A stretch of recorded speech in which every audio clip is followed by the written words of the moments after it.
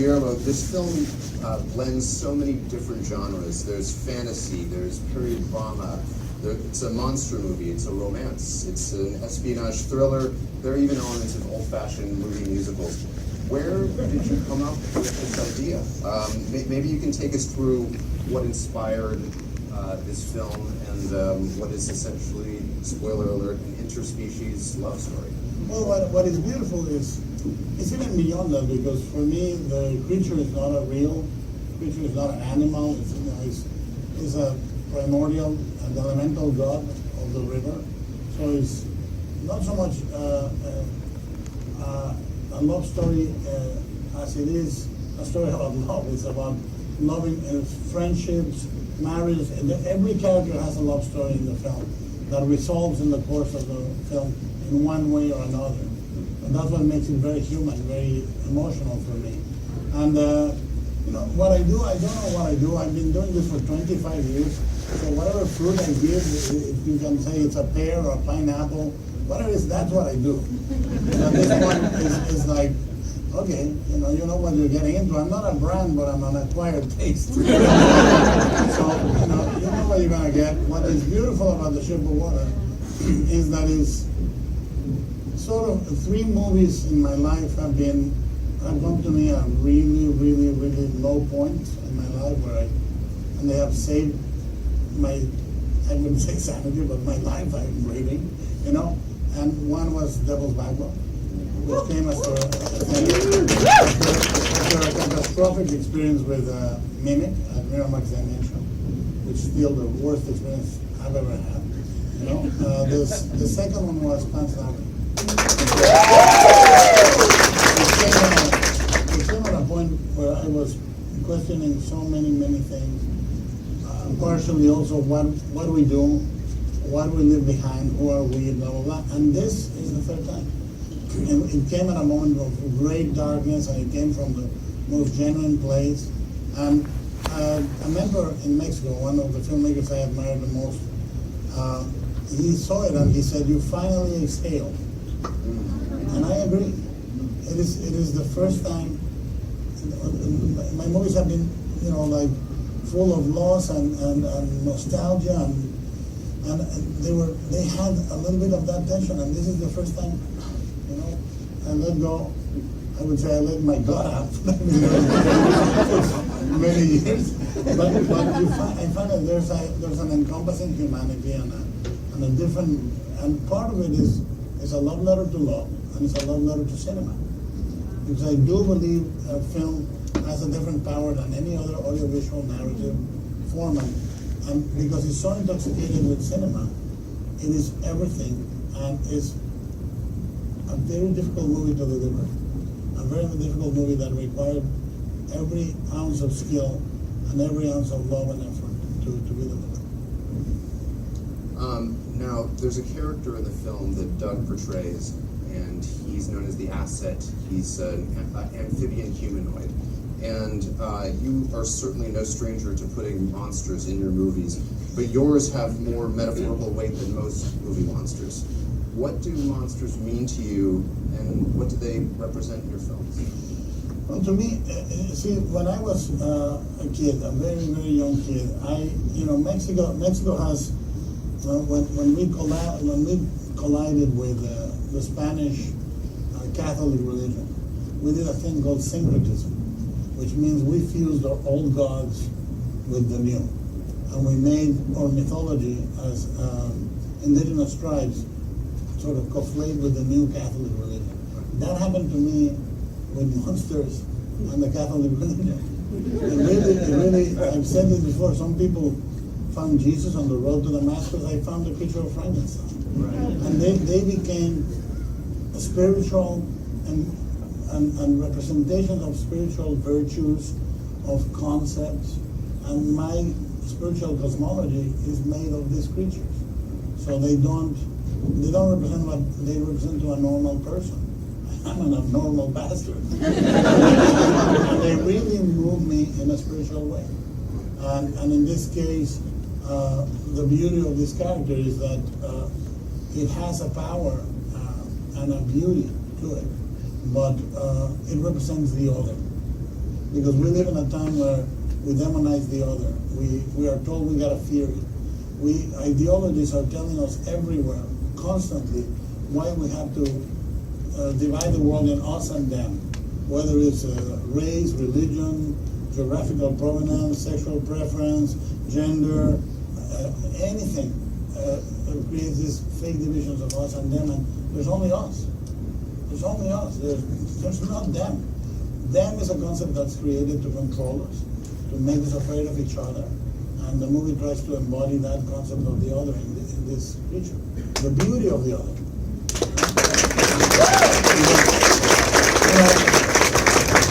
What makes us different is what makes us great. And it's sort of Beauty and the Beast in a way that it shows you that beauty doesn't have to be a perfect princess. She doesn't. Doesn't have to look like a perfume commercial model. She can be full of quirks, supposedly defects that are her virtues. And the beast doesn't need to transform to be loved. You know, it doesn't have to turn into a boring fucking prince. and renounce to the essence of who it is. You know, because to me love is not transformation. Love is acceptance and understanding. You know, and so it's a very different version of a tale like that. It's a fairy tale for troubled times. I think.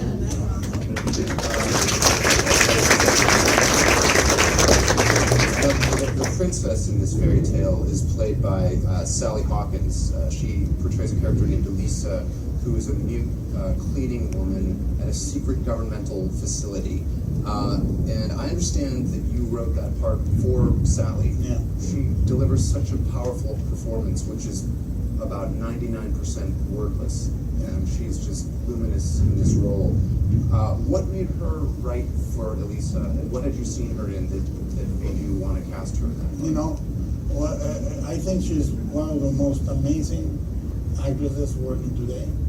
The first time I saw her in a beautiful BBC series called Fingersmith, and she is a Victorian story of crime, and she falls in love with another woman, and the way that she made that just an integral part of the character. There was no perverse, prurient element. It was just they're in love, and she loves this woman. That's it. I thought it was so beautiful, so natural, so of a piece with who she was. There was no titillation, no angle, no indication. It was just that's reality. This is who she is. And I thought, what a powerful way to interpret, you know, this character. And then I saw her in Happy Go Lucky, saw her in Submarine, and I saw her look and listen. She was in the background and came and back and forth. And most people think an actor is delivers great lines with great aplomb. An actor listens, and an actor looks, and an actor is there. And Sally does all those things. And this character, I was put on the two main characters. I wrote this since the beginning. If you saw Kronos, one of the two main characters says one word in the whole movie. In Pacific Rim, the two main characters are the ones that speak the least lines of dialogue in the movie. Charlie Day gets 100 lines more than Charlie Hunnam. and it's something I go towards more and more in the movies. In Devil's Backbone, the main kid doesn't speak much. The girl in Paznavik, same. And here, the two main characters don't talk. And part of it was because love renders you speechless, number one. And you cannot talk about, words lie, looks don't, energy don't. And I wanted that love to not be sweet talking, but to recognize the essence of each other in a powerful way, you know. So, nonetheless, you have to come up to Sally and say, I've written this great part for you. You just don't get to say anything for the duration of the movie. You know, the movie started cracking into position in 2011, 2012. We were designing the creature, the world in 2012, 2013. And we presented it to Searchlight in 2014 with the full realized visuals and the beat sheet, many pages of the script, blah, blah, blah. And early on, I sent a message to Sally's agent, I'm writing a movie for her, I want you to tell her. And then, when I met her for the first time, it was Alfonso and Alejandro called me. I was watching Antiques Roadshow in my house. I was lazing, loving out on the sofa. And Alfonso calls and says, dude, come over to the party, the Golden Globes party. I said, I'm not going. He says, I'm watching Antiques Roadshow. Look, we're going to get drunk. I go, I don't drink. I said, yeah, we know, but how many times are we going to get together and we can really have a celebratory. I mean, if I'm not a drink, I don't want to drive. They say, we'll send you a car. Send me a car. They transport me all the way from where I live, which is 45 minutes, 15 minutes from LA. I get there, I arrive, and I say, because I'm fat, my body mass requires enormous amount of alcohol. to even get buzz. I get sober super fast, and I don't get hangovers. So I recommend you all get fast. So I arrive and I say, we're gonna drink, yes, okay, I'm gonna start, and I drank 14 shots of tequila really quick. And I get a little buzz. And I go, okay guys, let's catch up. And they say, we changed our mind. We're not gonna drink. I go, so I'm leaving the party and I see Sally. First time I see her, I say, Sally, Guillermo. And I hug her and I go, I'm writing a movie for you where you fall in love with a fish man. And she says, great. That's the first meeting. And she says, and this is beautiful, she says, I'm writing a story about a woman that turns into a fish. I said, can you send me your writing? She sent it. I incorporated ideas of hers into the screenplay. It's really beautiful. That's amazing. Serendipity. From what I know, you lavished attention on creating the Fishman. Yeah. And he has to be believable as this otherworldly being that's actually worshipped as a god where he comes from. But he also has to be a viable romantic lead. And he's a sexy fishman. I mean, the critics all agree he's a sexy So take me through the process of coming up with Fishman. I understand it took 3 years of development. 3 years to design and execute the creature. The dog was blessed with no shoulders and no ass. We can build up whatever we want. The dog is like a wire armature with a sense of humor. So what we did is we sculpted the perfect swimmer body, and then the face, millimetrically, we would move the eyes, make the lips a little wider, a little narrower, a little wider. We spent many sessions sculpting, resculpting, repainting, painting. I've been tweeting a couple of images, but an art of book is coming out that details it a little more, but it's really impossible to. One day I would love to do one of these and we just talk about designing monsters or designing creatures because it's a whole science. But I've been doing it for 25 years, right? And I said I want to create the Michelangelo's David of amphibian men.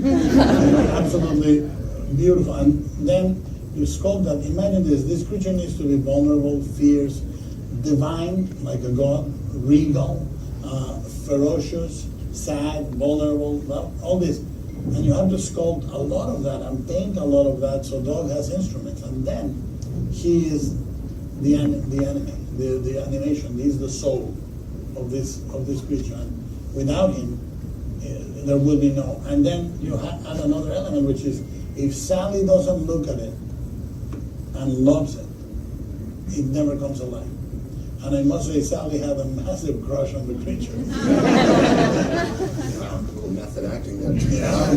So the character also recalls the creature from the Black Lagoon, as well as Abe Sapien from the Hellboy films. But he's very, very different from them. Yeah. But I mean, there are those deliberate references. So can you talk about sort of grouping in what It was actually the opposite. I said to the designers, these are the only two creatures that we can reference. I said, if they come through the same process, any detail, good. But, when you think of Abe, if you grab Abe and put him in shape of water, it wouldn't work. His primary colors, super slender lines, like automotive lines. He's a comic book character. And the performances, of course, completely different. The only detail that I liked was the eggs, which I put into the movie. They were not in the comic. And the eggs mean a very different thing in this movie. When you see it, it becomes a symbol of something else. And you know what I said, the creature, look, the Gilman is gonna. We all know it. It's like we're designing a giant gorilla. You don't have to say King Kong. It's gonna be already sort of immersed in the DNA. So we went at it. The creature needed to have majesty. That's the thing that it needed to have. And let me explain. When you design visually a movie, imagine a bullseye of circles, and the center of the bullseye is the creature. It's like when you buy a pet, you buy a terrarium, you put sand, a depressing little palm tree, a little water, for the creature to live there. Well, the way you design a movie is all the colors of the film are in the creature already. And you design the wardrobe, the sets, the color, the cinematography, everything to accommodate that creature. You take that creature, you put it on a realistic movie, photographed realistically with realistic wardrobe, realism, it doesn't work. So the entire movie is an ecosystem to sustain the creature. People think it's separate things, they're not. It's a single exercise.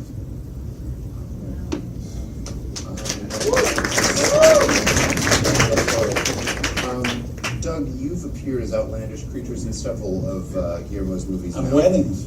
And bar mitzvahs.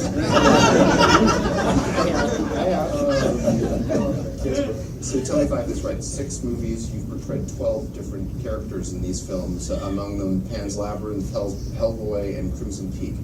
Take us through Guillermo contacting you for this part and how he explained what he wanted out of your performances. First of all, it's hard to talk after him because I could listen to you all day. I have listened to you all day. But we were working on Crimson Peak at the time. It was January of 2014. I had a day off from filming, and his office called to say, "Can you meet Guillermo at his office for lunchtime?"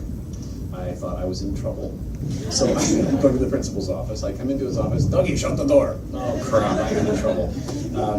And that's when he told me that the next movie he wanted to make after Crimson Peak was this one, The Shape of Water. And he mentioned that there's a creature in it. So it's another amphibious water creature, and he wanted me to play him. And he said, and the reason I wanted to call you in early was because I know you're a good Catholic boy, and there's a love element to this that might get a little Physical love. Physical love, yeah. You're gonna get it on. So with this happening, I was like, well, what are we going at it doggy style? And he said, the doggy style, yeah.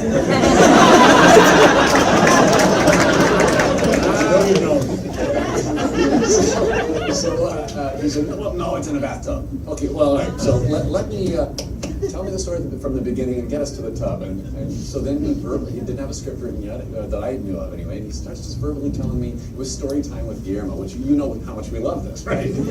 So chin in hands, I'm listening to him tell me the whole story.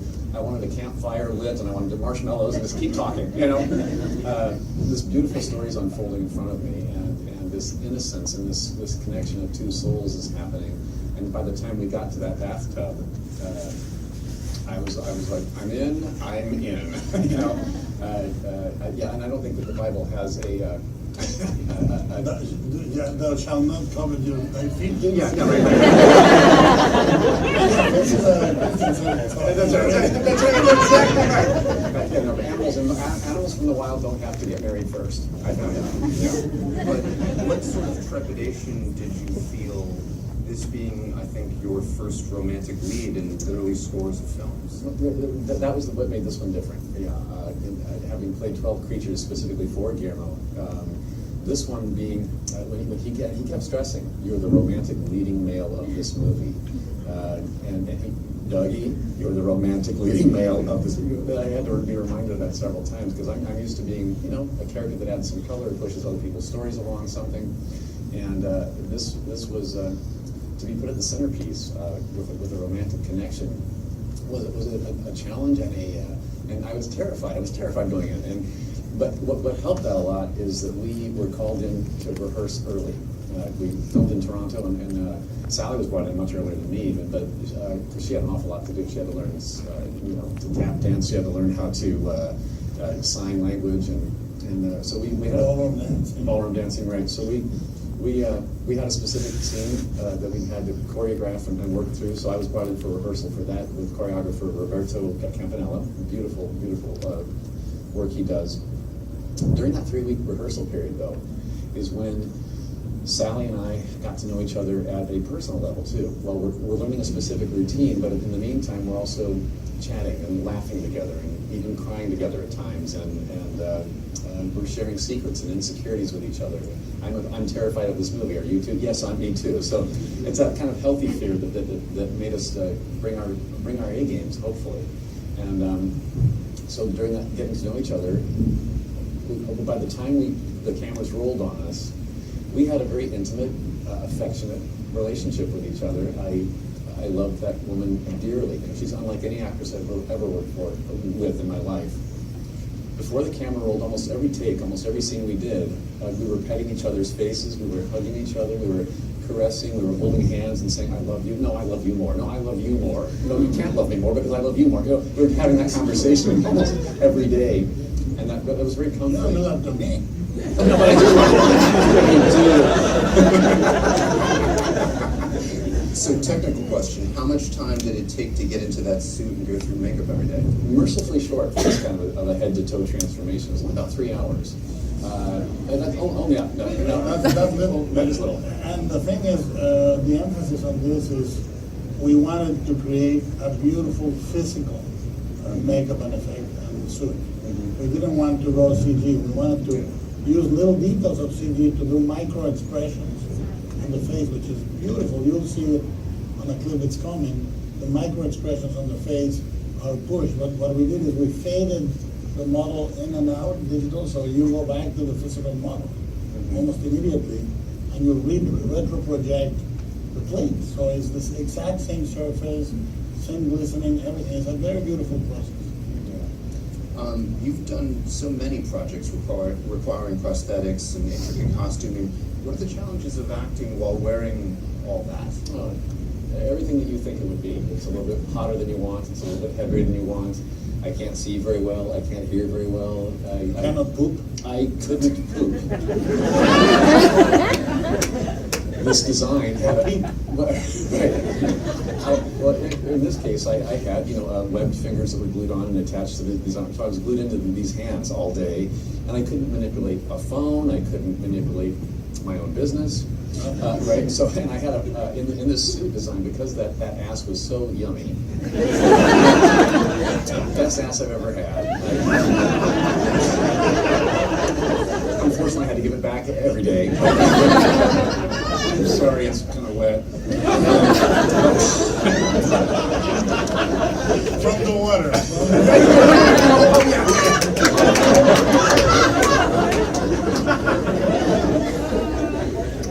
But with that design, it would have ruined it to have a trap door built in. So I had to take. This is a young man's game, and I'm 57. Come on. But it was. I had to. 57. Right.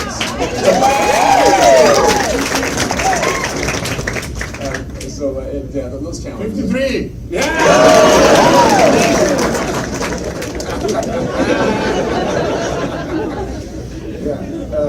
So it's those challenges are part of wearing rubber from head to toe. Okay, I'm going to come straight out and ask you for the secret sauce here. What's the trick to conveying that this Couldn't fish release man- it. The secret sauce. We just covered this. What's the trick to conveying that this fish man is capable of romance? He's an animal, but how do you make him sexy? Right. Well, again, this design you just told you about, when I put that body on and looked at it for the first time, I was like, damn! It didn't hurt anything. But honestly, it was that heart and soul connection with Sally Hawkins on film. I believe that's what really sells it. Some physical direction that Guillermo gave me was, he said, I want you to channel a little bit of the Silver Surfer, which I played in a previous movie.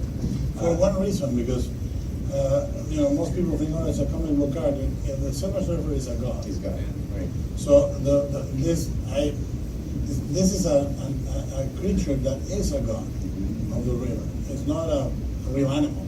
It's an entity. It's a primal force. And if I may say this, each of those suits and makeup bring a posture. Like when you put a uniform, you stand differently. Right. These things do the same to the actor. Right. When I did play the Silver Surfer, that was the most regal and most power I'd ever had in a character before. So he knew that. He put that back into my system. And he also said, I want you to sprinkle a little bit of Matador, a Toreador in there. So it's a very sexy sport. They lead with the pelvis. And so he said, so that meant when I'm standing out of water, never to be straight up and down, always to have a bit of a curve, a bit of a, Listen, Gil Keeney, the animator, calls it twist and turn. You never. When I do it, I look like a Botero version of it. But you're always pointing. The upper body is pointing slightly off to the lower body, and you lead with the pelvis. It's a very heroic, very powerful pose. And that also helps inform who I am and how I'm to be. So Sally fell in love with me there. No, you're the suit. It was the uniform, man. Yeah, when I took it. Make a mistake. Guillermo, Doug has appeared in 6 of your films, starting with 1997's Mimic. Yeah. In the past, you've praised his discipline. Can you talk a little bit about that and what distinguishes Doug as a performer? Well, as we age, I get more empathic with Doug. Like when we were both young, I didn't care. Let him suffer for his check. As we get, like in this movie, the first sequence, the first thing we shot, it was a torturous, brutal sequence for the character and for Doug. And I think even he can see that I have a human soul. Yes. And I was really very moved by his plight. Doug has bled for his craft. Literally on Hellboy 2, when he performed the Angel of Death, we created these incredible mechanical wings that people go, oh, it's CG. No, it's not CG. Yeah. It's real wings, real blinking mechanisms, but they weighted, basically they weighted as much as a Vespa on your back. And there was 1 or 2 little metal pieces that, God forbid, why they were not completely fired. They dug into Doug. And I said, Doug, how are you feeling? He says, well, I'm bleeding, but otherwise I'm okay. Removed the wings, and the next day we assisted him with a wire. Yeah. But I think I could see Doug just quietly bleeding. That's discipline, man. That's like, I think he's some kind of monk or a samurai, or has that discipline for the craft, and I think that's admirable. Not everyone can. And by the way, a great actor on makeup sometimes cannot make this makeup work. There are many examples. I won't call them out of respect, but then you have guys that have that gift. He has a gift. Ron Perlman has the gift. He can make. That's the only other time I've sculpted or designed a leading man for a movie. Hellboy took the same amount, 3 years, to make both of them 3 years to make. When we were talking in the green room, you said something to me that I thought was extremely interesting, which is that until Pan's Labyrinth, maybe the entertainment industry thought of you more as a performer or a model rather than an actor, and then that was the film that suddenly made everyone wake up to realize that you are indeed acting and doing things that are relatable on a human level. And Guillermo, it seems like after 6 films together, he's almost sort of like a good luck charm or something, if that's how we're saying things. Him or me? Him for you. Yeah, I think so. When you are a storyteller, you curate a family through your life, and his family is the undernourished cousin.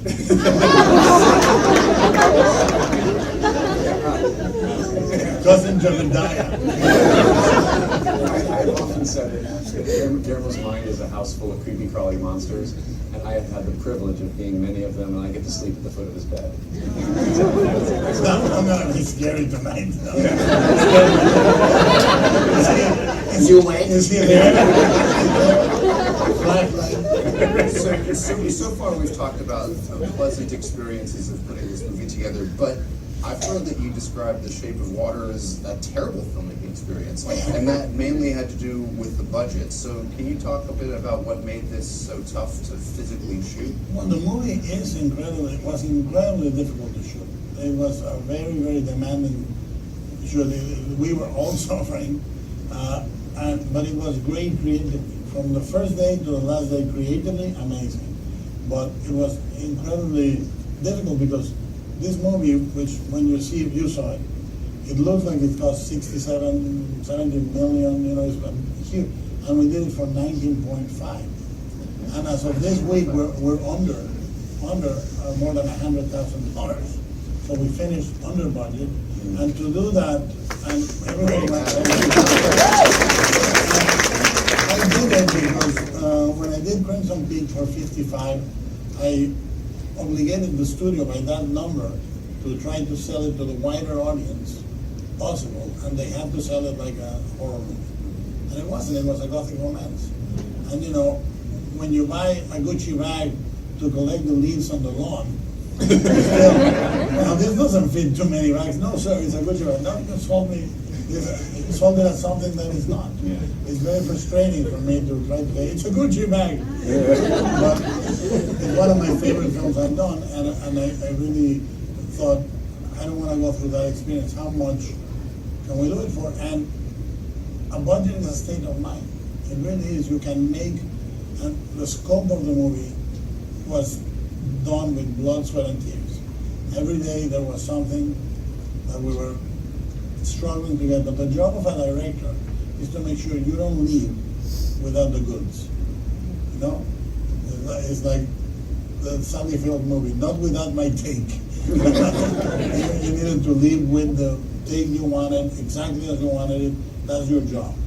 And you don't leave the day without the scene. But from what I understand, you did something very, very clever. Like you did a sort of Roger Corman move in that I read that you piggybacked the shooting on the series that you do for FX, The Strain. Yeah.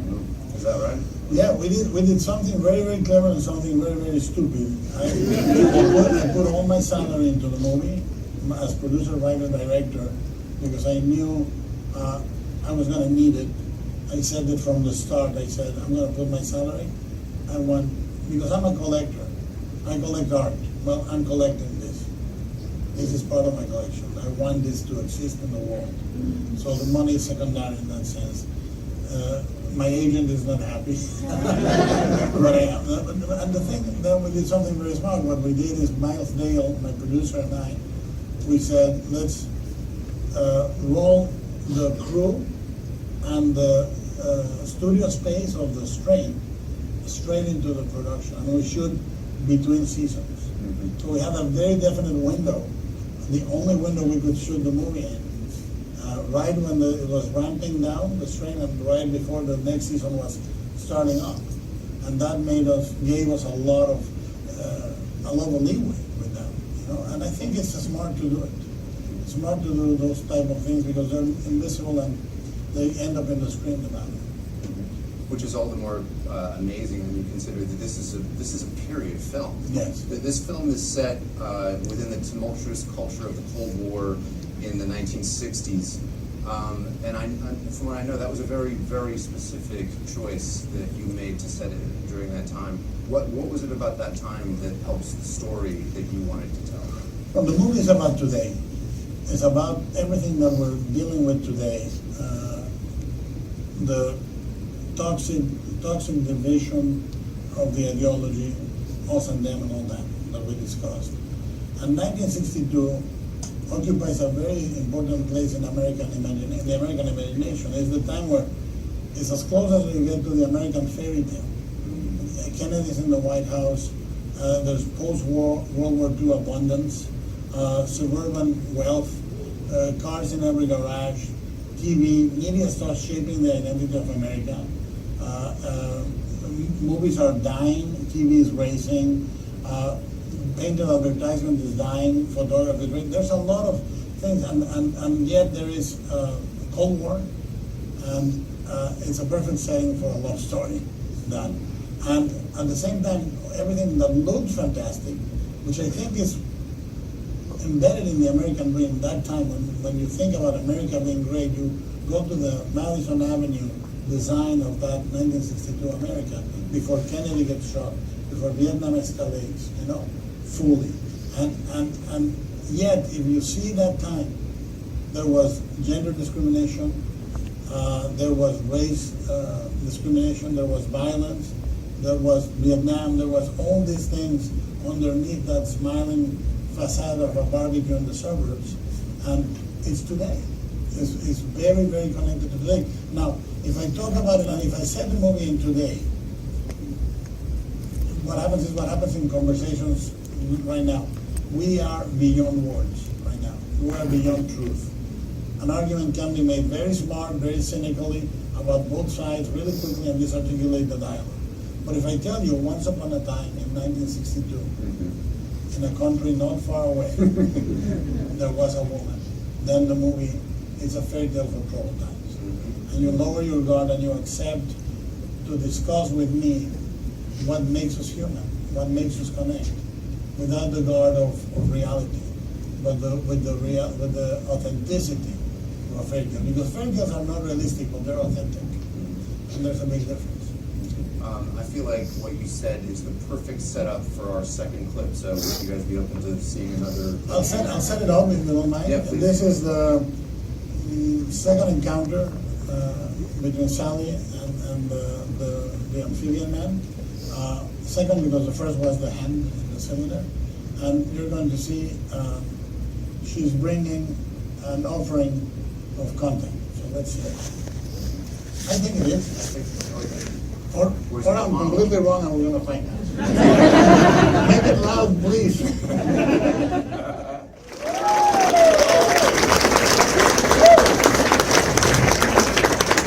have a question about the color scheme of the film, because a lot of it is the green that we saw in this scene appears throughout the movie. Yeah. And I wondered how that scene sets and how that sort of provides a context for the shape of water. Well, it was very important. This, contrary to most designs of amphibian men, for example, the base of the creature is complete black, different shades of black. And then the color is there, blah, blah, blah. But all the colors of the movie are in it. The golden, the cyan, the blue, the black, it's all contained within the creature. And then you codify the movie according to that. The cyans and the blues are for her apartment only, and that we created her apartment to feel underwater, unlike a fish tank in a way. She shares a window with her neighbor, but half of the window is in her apartment, the other in the apartment of the neighbor, and yet the neighbor's apartment is all in gold and warm, and every character that breathes air. Octavia Spencer, Strickland, who's the antagonist, they're all in golden, and oranges and yellows, and completely sunlight, not water. And then we coded the red for movies and love.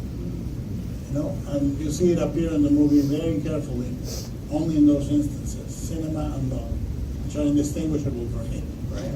And then green is the future. The lab is green. The wardrobe in the lab is green. The Cadillac that appears is green. The prepackaged gelatin that appears in the movie is green. The horrible franchise key lime pies are green. Everything that is modern appears green. And you're using colors to tell the story, and you color code it very carefully. I wanted to double back to the notion of otherness that you were talking about earlier in our conversation, because in this movie, the straight white guys are the bad guys, and the heroes are a woman with a disability, her African-American coworker, her gay neighbor, and a fish man. So, and a Russian spy. And a Russian spy, of course. I mean, how does this notion of otherness speak to the present day that we live in? Well, look, there are two things that worry me. One is our discourse is becoming really, really incredibly violent, and we are demanding. We see everything politically, religiously. In every instance, we're guided to see it black and white. So while we're killing each other, the 1% is fucking us, you know. But that's the technique, basically, you know. And if you see the world in black and white, I have news for you. The only place where we can exist and breathe, the only place with oxygen, is gray. We're all gray. None of us is black or white. None of us can be defined by 1 or 2 or 3 words or a term or an action.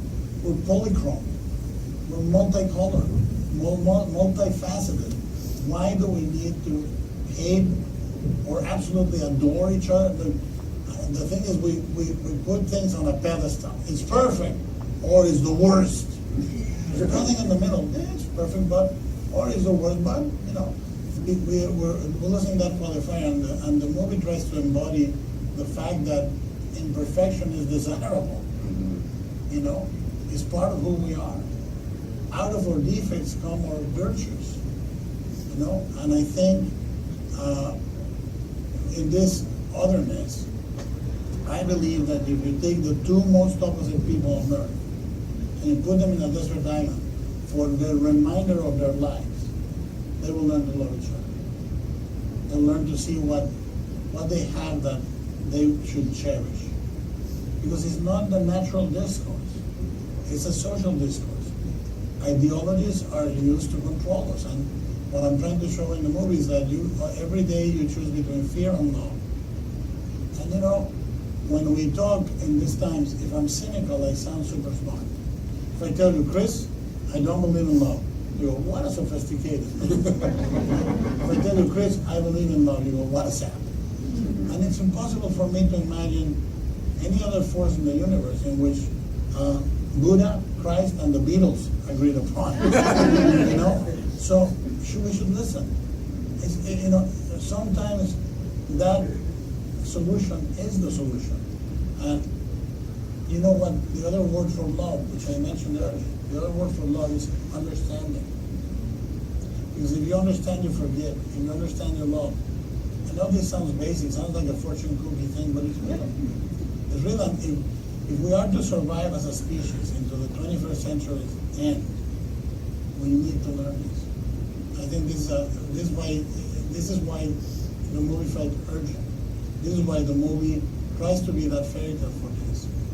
And, you know, the easiest thing is to be cynical, sound smart, or be cynical and dislike the possibility of love. But when you fall in love, which most people have at one time or another, requited or unrequited, when you fall in love and you receive love for no matter how briefly a time you do, nothing else matters. Nothing else matters. You don't need anything else. I posit that we can do it. I have faith.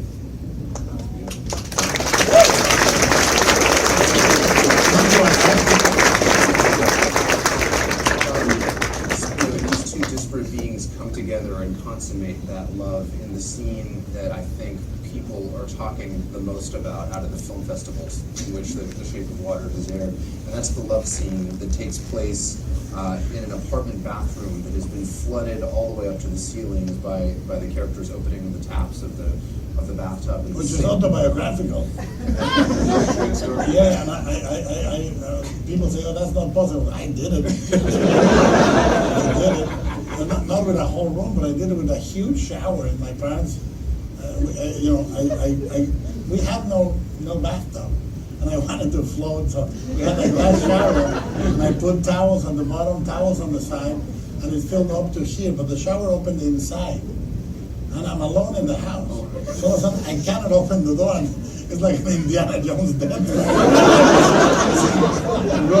And I finally pulled the glass door off its hinges, and the water rushes all out, and then there's the bathroom, the corridor. My father was not happy when but you know, the beauty of that scene, and you've seen it, it's so beautiful, it's so magical, it's so not without any perverse, prurient. It's just so gorgeous, and you feel it's almost like a ballet of beauty, and I think that it informs the spirit of the movie. You know, it tells you, the movie tells you, any form of love that is not dominance is allowed and beautiful, and should be. You know, because when people talk about a perverse feeling in any arena of the human endeavor, you know, perverse is only perverse when there's perverse intentions. In a Victorian movie, in a Victorian tale, seeing an ankle is far more perverse than a catalog of positions in the rest of the world, if it's done out of love and out of consent and out of as an expression. And I think the moment that we're talking about is almost abstract. It's one of the most beautiful cinematic moments I've ever shot. And it's gentle, and it's poetic, and it has that breath that I think people are taken by that, because it's such a gentle spirit the movie has. It's a deeply romantic scene, but I imagine, Doug, it couldn't have been easy to film because you and Sally had to be underwater and probably come to the surface for breaths in between shooting. We did, yeah. We also we went through some scuba training too, just in case they wanted to keep us down if the water was going to be deep enough that we should stay down and get regulators to breathe between takes and that kind of thing. So we were trained and ready for that. At 8 feet of water, we found out we can just get to the top and kind of plunge down, and then we had speakers underwater so we could hear Guillermo give us action and cut cues. Oh, That must be us. So we, it was a matter of exhaling too, because we were on the floor of the bathroom, always up here, so to keep lungs full of air, we would have gone.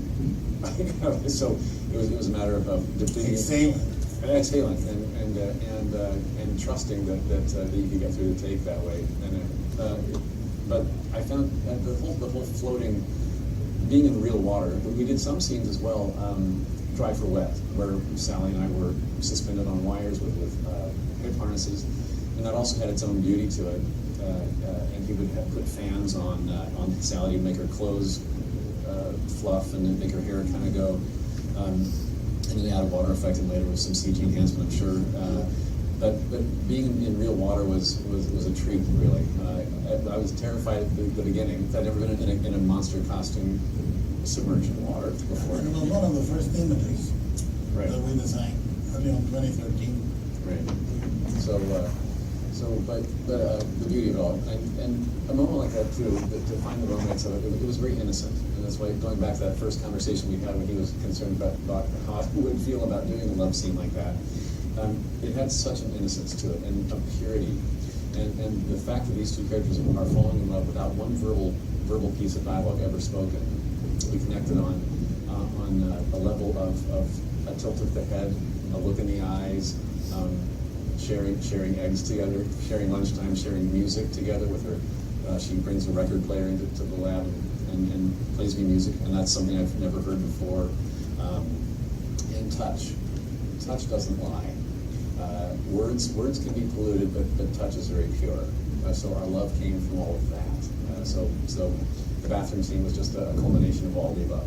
And then you have, what the movie tries to do is, which is very Mexican, is to marry the extraordinary and the ordinary.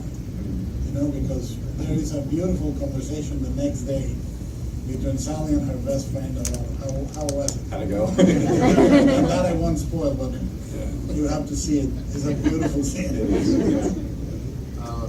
In the green room, we were talking about how Guillermo could never have made this film at another point in his career. And Doug, you've worked with him for so many years now. Maybe you can tell us a bit about how his process has changed over the years, like how he's matured as a filmmaker, and maybe what distinguishes him from other filmmakers that you've worked with. He's my favorite director I've ever worked with, and that will remain until the day I die. And every other director knows that they're Which fine. can be any time you can say anything wrong. It could be minutes from now, for all I know.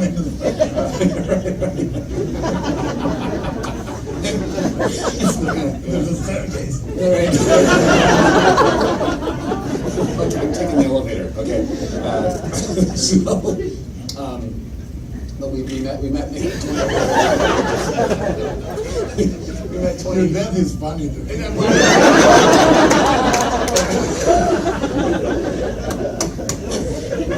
What a way to go, though, right? We met 20 years ago on Mimic, 1997.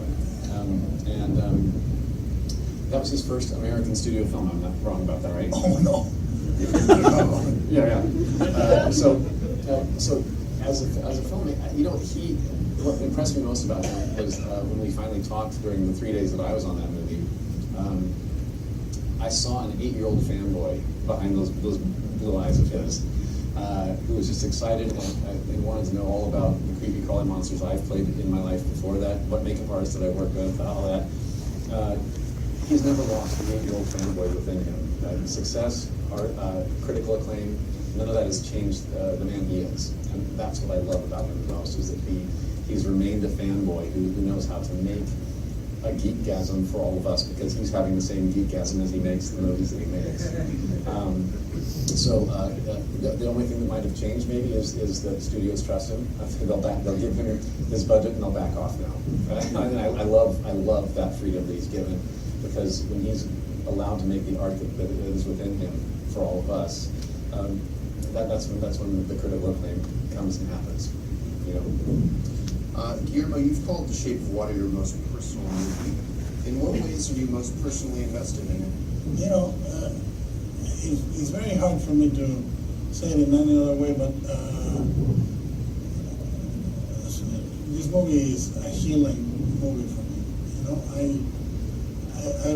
I've been remiss if I went into many details, I know, but to me it was let me put it this way. When at age 52 or 51, whenever we started, I said, what am I going to do different? No, I'm going to do the same movie, because for me, what has changed through the years is the depth of what I feel about my craft and what I feel about my stories. And of course, they were always very serious for me, but I found that some of them connect at a very deep level with some audiences that I really cherish, and in doing that, they connect with me. It's like it's a full circle, and this movie felt urgent for me, and for many reasons, and I expressed some of them, but I also said, I'm going to do something different. I'm not going to do the same thing. I'm not going to work the same way. And I talked, for 9 movies, I've rephrased the fears of my childhood, the dreams of my childhood, and this is the first time I speak as an adult about something that worries me as an adult. I speak about trust, otherness, sex, love, where we're going. You know, these are not concerns that I had when I was 9 or 7. You know, these are concerns I have as an adult, and I think that the movie is at the same time very much a synthesis of what I do, and completely different. I think you find it when you see it. There's that exhalation. Yeah. Really, one of my last questions is, I understand that you're going to take a sabbatical from filmmaking now. Why now, and what are you planning on doing? Well, my sabbatical means I'm going to produce 3 series for Netflix, 1 live action series, 2 live action movies, and co-write a book with Chuck Hogan. So that's my sabbatical. What I meant by it is I'm going to take a break from last September to next September as director, because what has become evident to me at the age I'm at is that we trade our life. The exchange rate is this: 1 IMDb entry for 3 years of your life. And the exchange rate takes a toll. And I want to live. I want to live a little. I want to be able to enjoy this movie and the people it connects with. I want to travel with it. I want to see it play in different cinemas, in different places. Truly enjoy it. Let it sit down, and then that'll inform what I do next, which can be a gigantic movie or a small movie. I have no idea. But it's great not to have an idea. Because I feel that the 25 years I've been doing this all led to this movie. everything I've done, everything I've ever been, as Sally says in the movie, took me right there into Shape of Water. And a beautiful movie it is. Ladies and gentlemen, please put your hands together.